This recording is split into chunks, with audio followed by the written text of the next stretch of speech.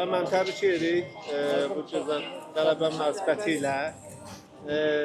Təəssüratlarınızı bilmək istəyirik. Çox sağ olun. İlin son yarışı idi. Çimərlik güləşi üzrə final mərhələsi keçirildi Dünya seriyasının və bildiyiniz kimi biz 2 çəki dərəcəsində iştirak edirdik. 80 kiloqram və 90 kiloqramda maksimum nəticə göstərərək hər iki çəkidə idmançılarımız dünya çempionu oldular. Bu 5 seriyanın toplanan xallarının nəticəsində 80 kiloqramda gənc 19 yaşlı Vüsal Əliyev dünya çempionu oldu. Böyüklərdə ilk dəfə dünya çempionatına qatılırdı və təcrübəli güləşçimiz İbrahim Yusubov artıq 4-cü dəfədir ki, dünya çempionu oldu və bizi yenə də sevindirdi.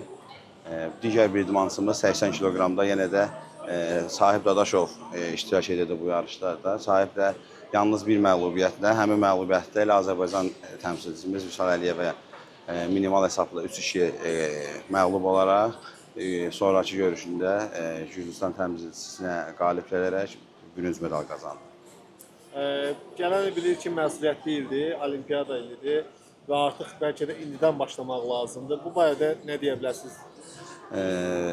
Biz artıq bu ilki ildə gələn il üçün planlamalarımızı eləmişik. Yeniyetmələrin Avropa Dünya Çempionatında o yaş qruplarını seçmişdik ki, gələn olimpiyada iştirak edə biləcək idmançılarını seçmişdik və həm Avropada, həm dünyada yaxşı nəticələr qazandıq. Təbii ki, gələn çox məsuliyyətli ildir və planlamalarımız da məhz günü sabahdan başlayacaq gələn yarışdır. Bu il 2 çəkidə çıxış elədik dünya seriyasında. Gələn il bu sayı çəkilər üzrə artırmaq fikriniz varmı? Təbii ki, bildiyiniz kimi çimərlik güləşi 4 çəki oğlanlar və 4 çəki qızlardan ibarətdir. Biz bu il 2 çəkidə də iştirak elədik. Gələn il yığma komandanın komanda hesabında da iddialı olması üçün və komanda hesabında dünya çempionu ola bilməyimiz üçün planlayırıq ki, 4 çəki dərəcəsində iştirak edək. Qazandığımız yüksək nəticələrin əsas səbəbi Azərbaycan Güləş Federasiyasının çimərlik güləşinə, peşəkarcasına və strategik yanaşmasıdır.